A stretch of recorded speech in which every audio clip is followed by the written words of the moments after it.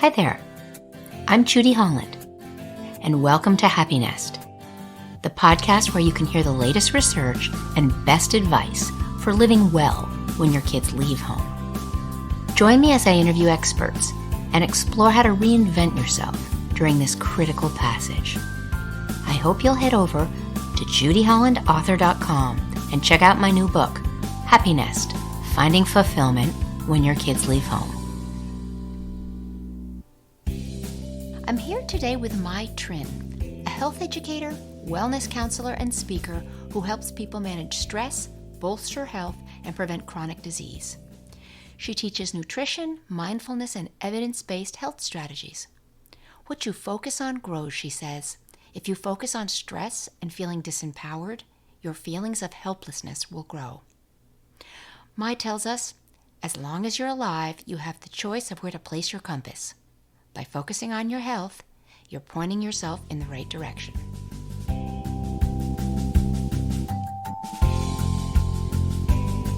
I'm here today with Mai Trin. She's a chronic disease prevention expert and corporate wellness speaker. We're going to talk today with Mai about boosting your health in midlife. Mai, I'm so glad you could join us today. Hi, Judy. It's great to be here. In times of uncertainty and loss, many people stress out. What are you seeing? I'm seeing disordered sleep.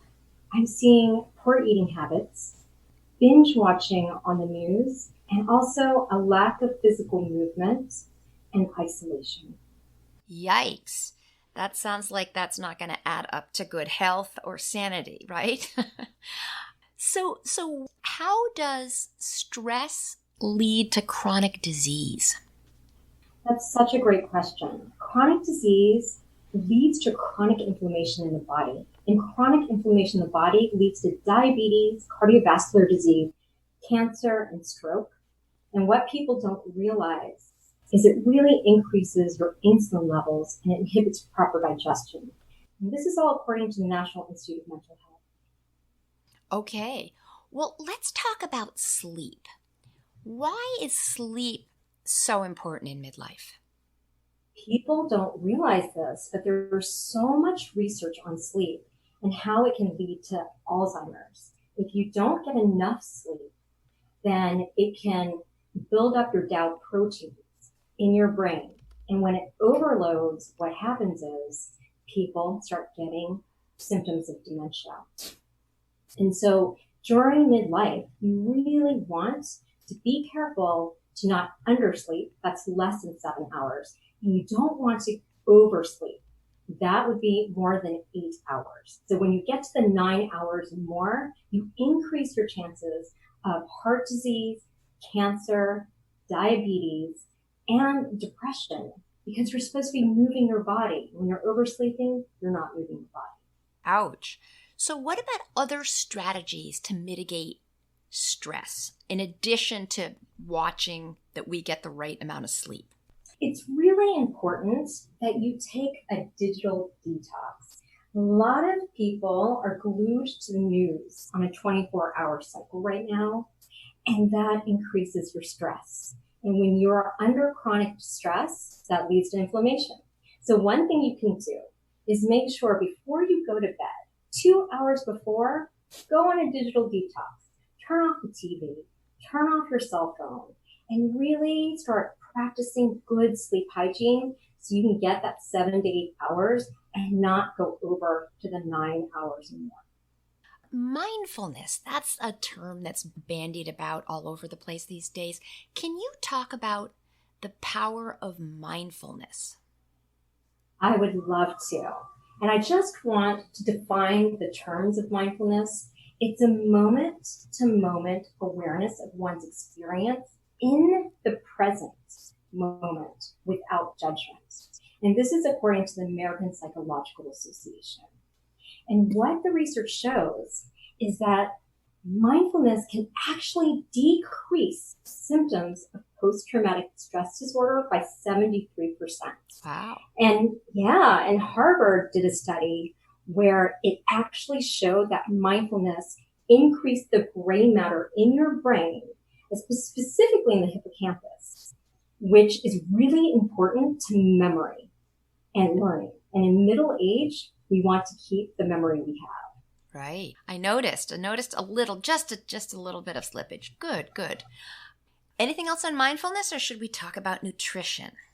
Well, one thing about mindfulness that I really encourage people to do is the next time you're having a conversation, you want to actively listen without any judgment towards yourself or the other person, and just really be. Mindfulness is a state of being in the present, and it gives you a vacation for your brain, because if you're being present, you're not stressing about the future, which causes anxiety. And you're not stressing about regrets from the past, which can cause depression. So when you're being present, you're actually lowering your cortisol levels and your stress levels. Ah, so the idea, no, that's interesting, what you say about judging, not judging others or yourself. Yes, so many people right now in these challenging times are so hard on themselves. And mindfulness gives you that self-compassion that we need to practice self-care in middle age. So if you can just be actively present without judgment, you're just being. And being is a vacation for your brain. It actually increases your sense of well-being, according to studies. I think a lot of us, myself included, have been frustrated during this time because we feel like we should be getting more work done. We feel like we should be meeting our productivity levels of 6 months ago. And so perhaps that's what's going on here, right? People are not cutting themselves slack. They're not granting themselves much self-compassion because they're frustrated and they're being self-judgmental. Right. And there's a really good quote that I heard by a very, very well-known psychologist. And he says, no one ever hated themselves into being a better person. So it's so important to practice self-compassion and gentleness and treat yourself with a lot of self-care in a really gentle mode, because these are challenging times. And the more stress you're experiencing, the more you increase your chances of chronic disease. And we don't want that. Right. Well, let's talk about nutrition. And I've seen a lot of gifs and jokes on the internet about people and their eating habits now, and and keeping the refrigerator open too long, that sorts of things, or perhaps acting out frustration with food. What about nutrition now, but also just nutrition in midlife? What should we be doing? That is such a great question. What happens is people get into a rut. They think what they ate a decade ago works with them now. But as we age, we have different needs. As we get older, we need more B12 because it's good for cognitive functioning. And what I'm seeing is people are having really poor eating and drinking habits. They're either eating too much or they're eating too little. In fact, 68% of Americans right now, according to the American Psychological Association, is experiencing disordered eating. And that's a real problem. Yeah. Well, let's talk about the types of foods you might not, that you might steer clear of. Aren't there certain foods that prompt us to just eat too much of them? Yes. So in research, what they found, and I find this astounding, that junk food is incredibly addictive. In fact, they found that in rats, junk food was more addictive than cocaine. So the more sugar and processed foods you eat, the more your body craves it. So this causes more stress in your body, because if you're eating a lot of sugar, it brings up your insulin levels and it keeps you in that fight or flight mode. What we want to do right now when we're practicing self-care and self-compassion is eat foods that fuel our body, like green leafy vegetables and fruit, whole fiber, low on the sugar. And sugar, especially refined sugar, both in drinking and in sugary drinks, increase your stress levels. So can you name some specific bad foods we should be staying away from now, especially in times of stress, but perhaps just generally in life and in midlife? What are, like, I know I'll start that list. I don't go to the store and buy potato chips because that, for me, I have very disciplined eating habits, but potato chips, because I incline towards salt, that's something I probably can't eat one potato chip. What can you add to my list of foods we would steer clear of in midlife, or particularly right now, besides potato chips? That is a great topic. So people don't realize that in midlife, you really, really have to watch what foods have high sodium and high sugar. So according to the Center of Disease Control, the food that most Americans eat to get a majority of their sodium is bread. Americans are eating so much white bread.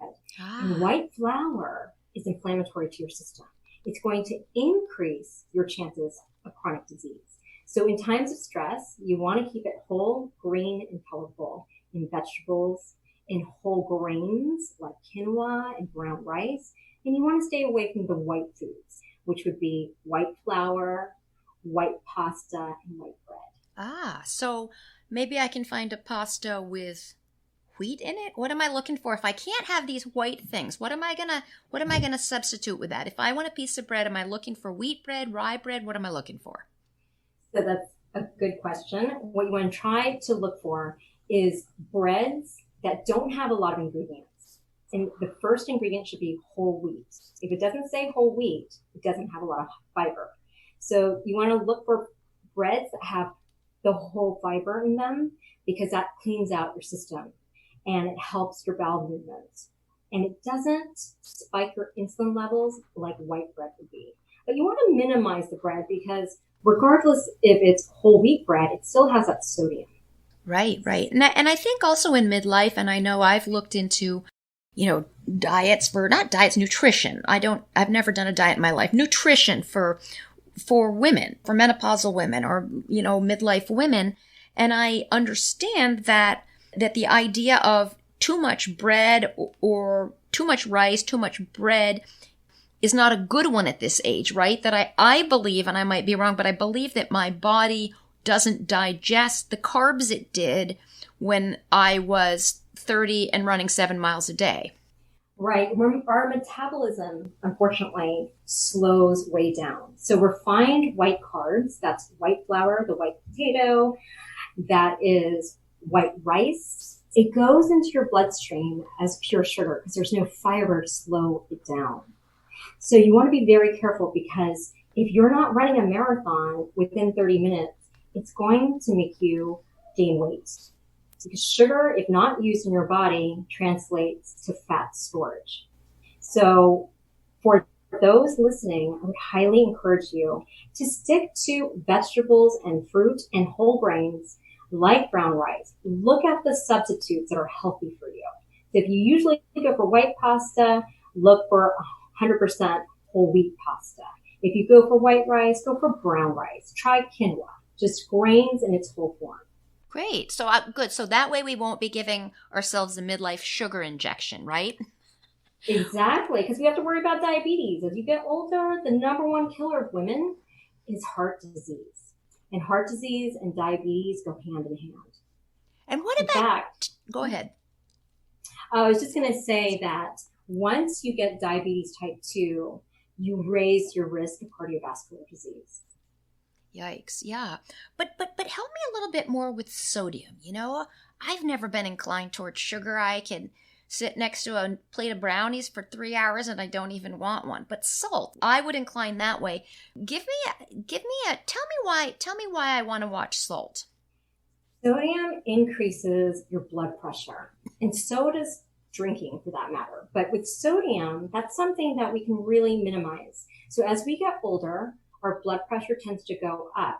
And so I tell clients that the U.S. Dietary Guidelines recommends 2,300 milligrams a day if you're in perfect health and there's no high blood pressure. But for Americans that are 50 and over, they recommend 1,400 milligrams. So that's about a half a teaspoon. So my hack is, I don't think in milligrams. You just have to look at the label And if you see 140 and above, it's a high sodium food. If you see 139 and below, it's a low sodium food. Can you give me examples of high sodium foods? Just if you're looking down the grocery shelves, what do I want to avoid post 50 with that are high sodium foods? What's just some of those things other than my potato chips? Canned soup. Canned soup is notorious for having high sodium. Processed foods are very high sodium. A lot of people use frozen dinners. And if you look at the labels, the sodium is off the charts. Yikes. So remember, at 50 and above, you want 1,400 milligrams or less. And you will see that in one frozen dinner, it could take out your sodium intake for the whole day. Why are they adding all this sodium? Is that a preservative or something? Why is all that stuff so salted up? There's a wonderful book on this. People put sugar and salt in processed foods and in restaurants because it's so addictive. Oh. So it's the perfect amount to make you want to eat more. Oh dear. That's good to know. Can we talk about alcohol? So, I look on the internet now in these times that are more stressful and where people are staying home a lot more, and my husband posts on Facebook, he'll make a fancy drink and say drinks around the world, and people make jokes about drinks and resorting to alcohol. Why isn't it a good idea, or perhaps a drink is fine, right? But why isn't it a good idea to really re-up your alcohol? Why might that be a maladaptive strategy? I love this topic, and I feel like it's been really underreported. So research shows that alcohol increases 7 different types of cancer, specifically breast cancer and ovarian cancer in women. So you have to be very, very careful. Even though it may decrease rates of heart disease, it increases your blood pressure. So if you have high blood pressure, one of the best things you can do is really limit your alcohol intake. And in these challenging times, this is amazing, but alcohol online sales, according to the Pew Research Center, has increased by 243%. Oh boy. Yes. So also alcohol, unfortunately, especially if you're binge drinking, and I'll define that in a minute, it can really inhibit your sleep. So according to the Center of Disease Control, for a woman, binge drinking is defined by drinking 2 glasses of wine per hour and having 4 drinks in a 4-hour period. So it's four drinks in a 2-hour period. For a man, it's 5 drinks in a 2-hour period. And that is so easy to do. Mm-hmm. So women need to really be mindful of what they're drinking and eating, because it's very easy to do. You're cooking dinner, you pour yourself a glass of wine, and before you know it, you drank 4 glasses in a 2-hour period. That increases your chances of cancer. Yikes. And it also inhibits your sleep, which will make you eat more, because in sleep studies, they found that sleep deprivation made people eat more salty and sugary foods. Ooh, again, weight gain, right? Let's talk about the calories in alcohol. And I don't mean to be the Women's Temperance Union at all here, but I think this is all about being mindful, especially when our schedules are a little bit out of whack now. We see a lot of kids go to college and come back with the freshman 20, and it's often beer. So talk to me about the calories in alcohol. Why can that leave us even more frustrated or feeling sluggish when we are home in these times?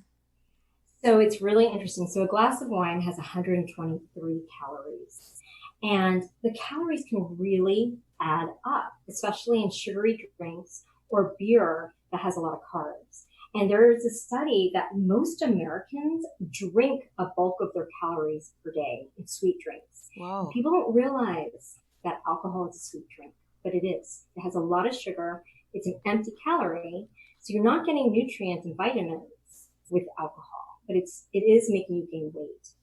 So what's the ideal, assuming that you're not going to be a complete teetotaler? What would be the most healthful thing, assuming that I want to have some wine?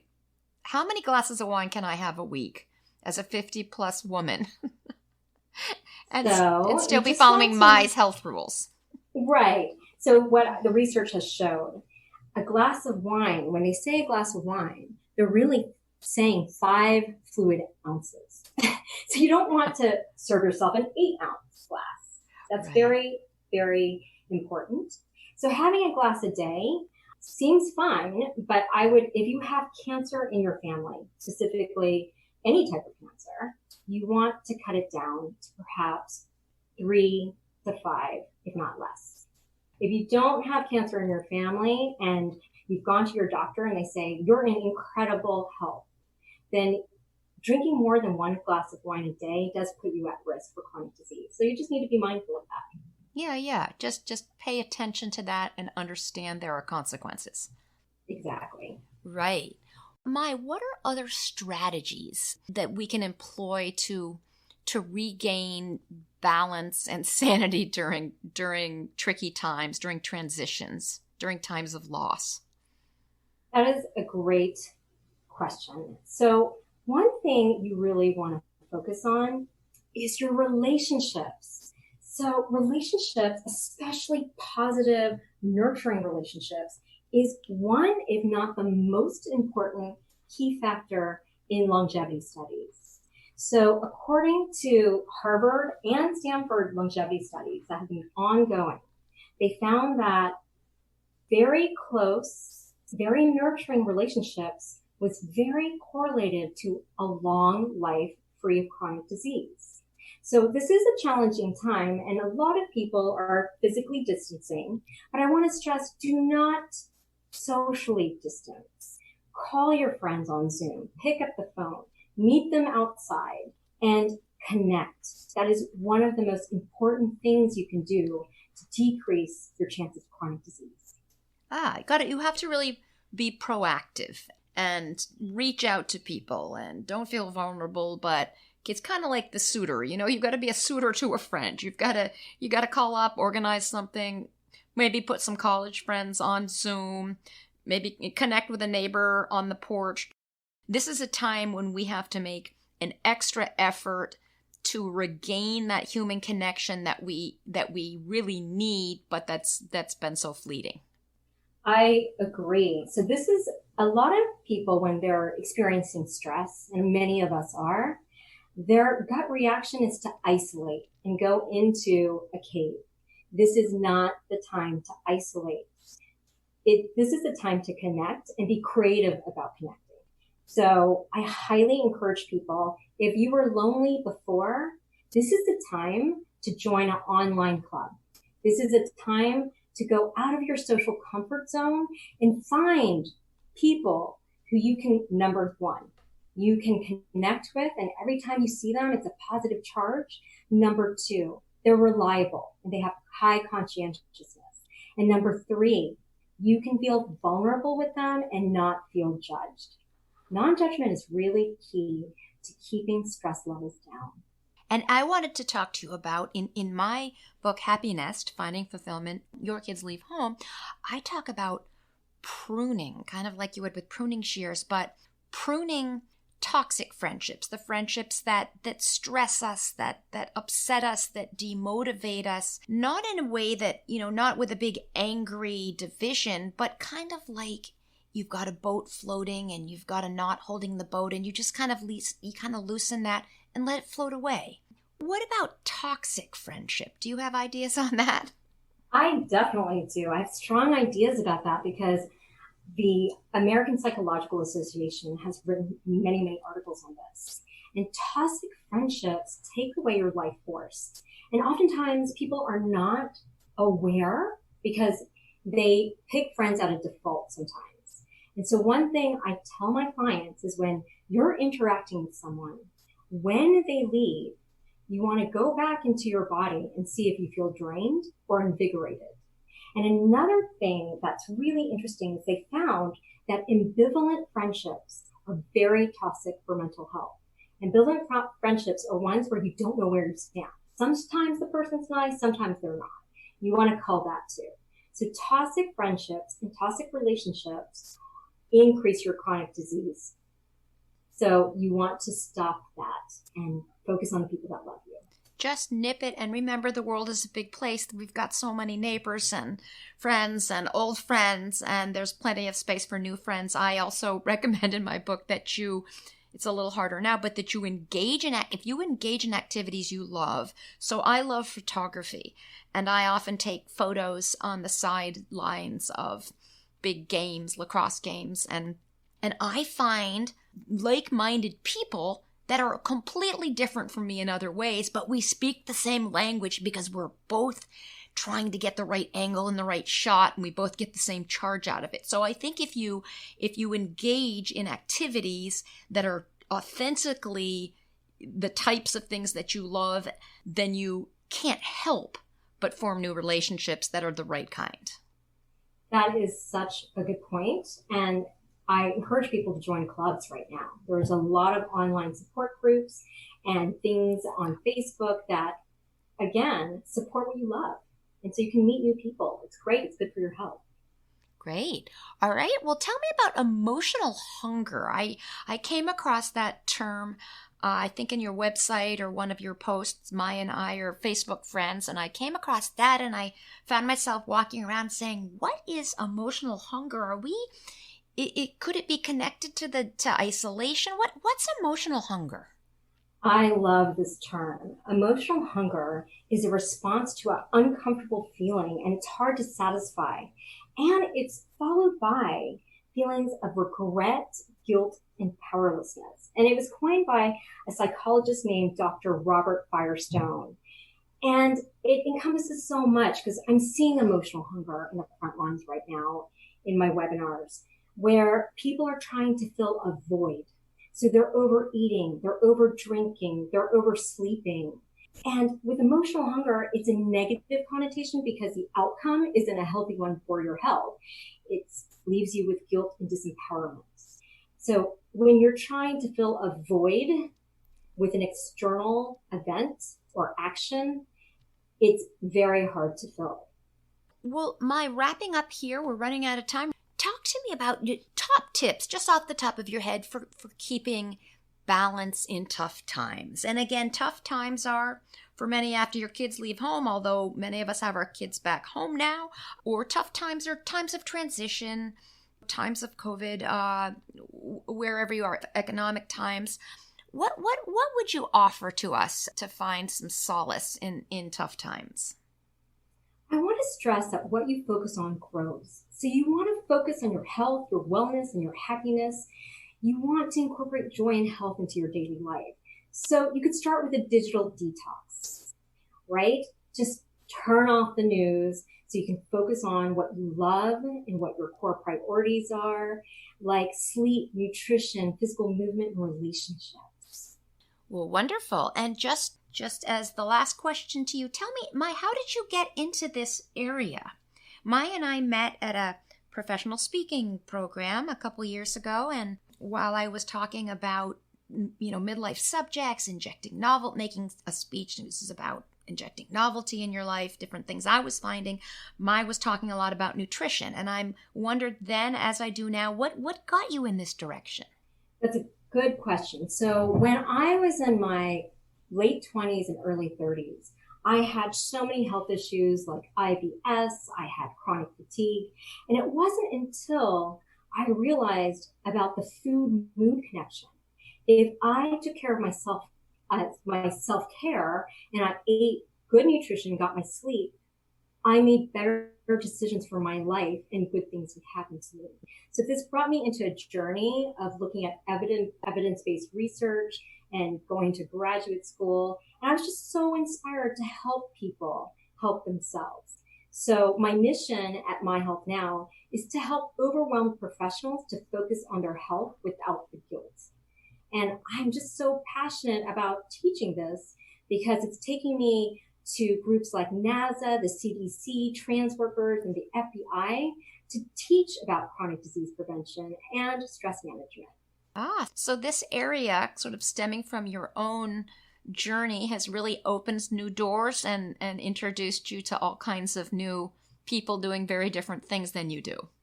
Yes. And people can learn more about me on my Facebook page because I have videos. It's under My Health Now, and also my website under myhealthnow.com. That's MAI healthnow.com. And yeah, it took me on a journey where I just want to promote chronic disease prevention starts with self-compassion and self-care. Good deal. I love it. Well, thank you so much, Mai, for brightening my day with all these suggestions. And I've got some tips I can take away for me and my family. So thank you so much, and we'll be in touch. Thank you so much, Judy. It was great to be here. Thanks for tuning into my Happiness Podcast, where we explore how to get the best out of the empty nest. I hope you'll subscribe, write a review, and reach out to me on Instagram, Facebook, and Twitter. Check out my website, judyhollandauthor.com. Have a great day, and remember, make it happen.